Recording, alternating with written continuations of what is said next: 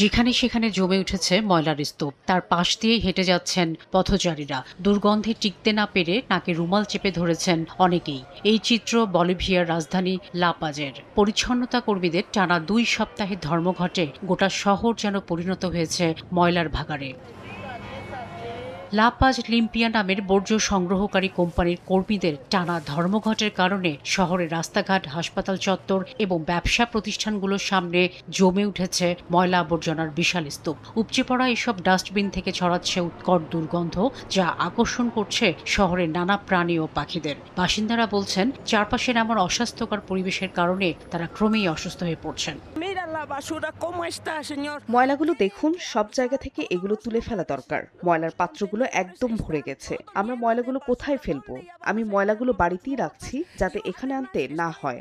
আমরা অসুস্থ হয়ে পড়ছি।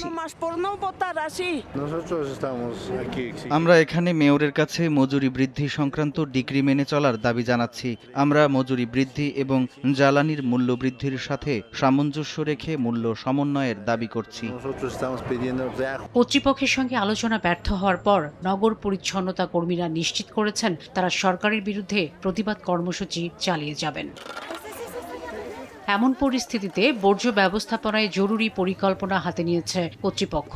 আবর্জনা সংগ্রহকারীদের ধর্মঘটে বিপর্যস্ত এলাকাগুলো থেকে বর্জ্য অপসারণের জন্য 4,000-এর বেশি পৌর কর্মচারী, স্বেচ্ছাসেবক ও যন্ত্রপাতি মোতায়েন করা হয়েছে। মেয়রের দাবি, বিকল্প এই লোকবল ও যন্ত্রপাতি দিয়ে বর্তমান চাহিদার প্রায় 50% কঠিন বর্জ্য সংগ্রহ করতে সক্ষম হয়েছে নগর কর্তৃপক্ষ।